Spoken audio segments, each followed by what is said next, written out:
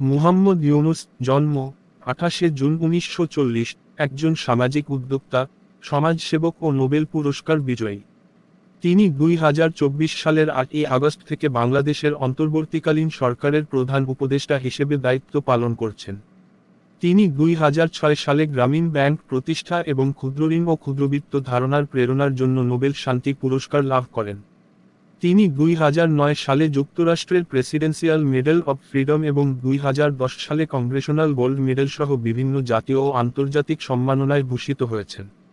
তিনি সেই 7 জন ব্যক্তির একজন যারা নোবেল শান্তি পুরস্কার, যুক্তরাষ্ট্রের প্রেসিডেন্সিয়াল মেডেল অব ফ্রিডম এবং মার্কিন যুক্তরাষ্ট্রের কংগ্রেশনাল গোল্ড মেডেল পেয়েছেন।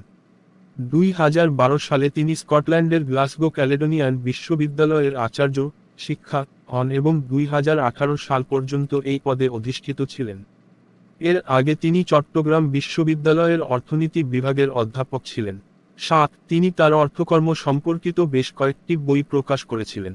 তিনি গ্রামীণ আমেরিকা এবং গ্রামীণ ফাউন্ডেশনের প্রতিষ্ঠাতা বোর্ড সদস্য, যা ক্ষুদ্রঋণকে সহায়তা করে থাকে। তিনি 1998 থেকে 2021 সাল পর্যন্ত ইউনাইটেড নেশনস ফাউন্ডেশনের পরিচালনা পর্ষদেও দায়িত্ব পালন করেন। 2022 সালে তিনি উন্নয়ন আন্দোলনের জন্য স্পোর্টস তৈরি করতে গ্লোবাল স্পোর্টস ফেডারেশনের সাথে অংশীদারিত্ব করেছিলেন।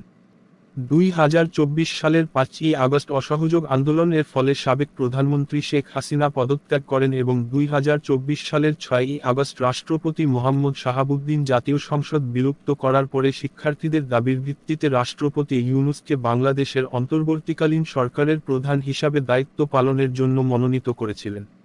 রাজনৈতিক উদ্দেশ্য প্রণোদিত হিসাবে দেখা শ্রম কোড লঙ্ঘনের অভিযোগে পরের দিন আপিলে তার খালাস তাকে দেশে ফিরে আসতে এবং নিয়োগকে সহজতর করেছিল। তিনি 2024 সালের 8ই আগস্ট গণপ্রজাতন্ত্রী বাংলাদেশের অন্তর্বর্তীকালীন সরকারের প্রধান উপদেষ্টা হিসেবে দায়িত্বভার গ্রহণ করেন।